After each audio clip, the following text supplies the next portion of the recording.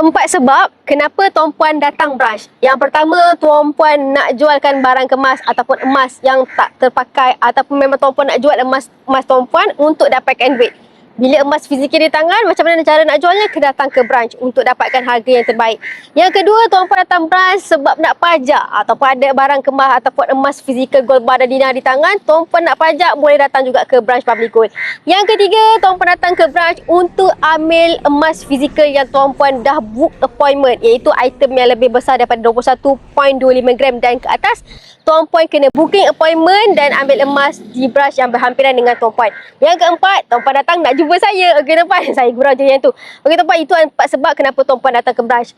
Sebaiknya saya sangat sarankan Tuan Puan daftar saya secara online, buat pendaftaran secara percuma dan buat pembelian secara atas talian. Sebab apa?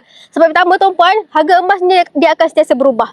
Tak kira Tuan Puan berada di rumah, kampung, luar negara, tengah tidur, malam, bukan waktu pejabat, Tuan Puan boleh beli saja as long Tuan Puan ada duit dalam akaun, ada online banking ataupun ada online transfer lah. So Tuan Puan boleh beli terus emas tersebut. Tak payah tunggu hari kedai, hari esok, hari siang. Mungkin kebetulan besok hari siang harga pun dah berubah. So ambil manfaat, ambil peluang yang ada, gunakan teknologi yang ada. Beli emas bila Tuan Puan ada duit, lebihan yang tak digunakan. Untuk Tuan Puan yang belum follow saya, boleh follow saya dulu. Yang belum ada akaun, boleh klik saja di link bio saya. Ataupun boleh hubungi saya untuk saya bantu Tuan Puan mulakan simpanan emas bersama Public Gold. Saya bantu sebaiknya. Desire future with gold.